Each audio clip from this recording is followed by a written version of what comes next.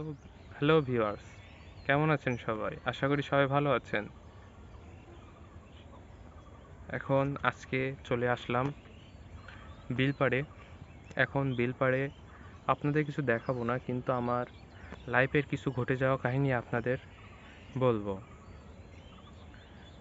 কাহিনীটি আপনার 2019 সালের, যখন আমি হাই স্কুল লাইফ পার করব, তখন লাইফে আমি অনেক বড় একটা ধাক্কা খাই। আমার আব্বুকে আমি হারাই।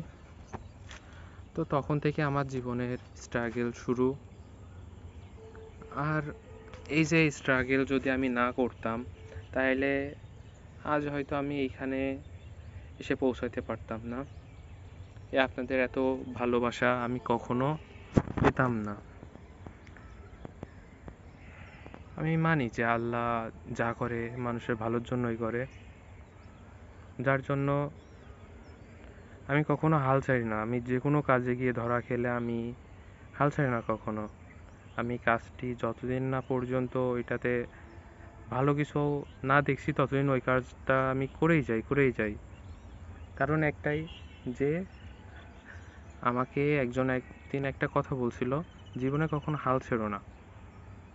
তুমি যে কোনো একটা কাজ শিখে সেটার পিছনে তুমি সময় ব্যয় করো, একটা না একটা সময় আল্লাহ ঠিকই তোমার দিকে তাকাবে এবং তুমি সেটাতে সফলতা অর্জন করবে।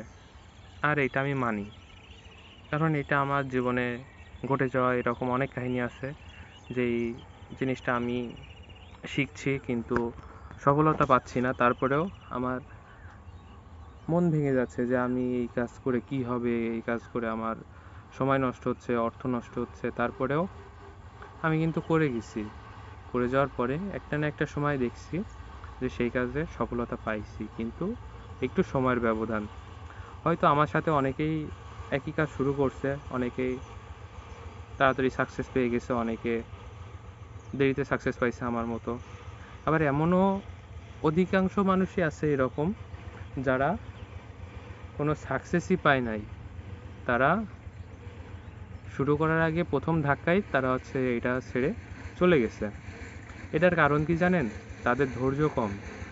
কারণ যে কোনো কাজে অধিক ধৈর্য লাগে, আর এই ধৈর্য সবার ভিতরে থাকে না।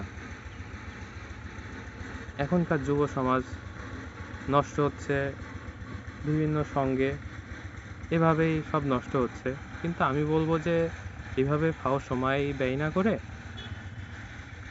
সমাজ, পারিবারিক যখন, আশা করি আজকের ভিডিওটি সবাই ভালো লাগছে। আজকের ভিডিওটি এই পর্যন্তই। আল্লাহ হাফিজ।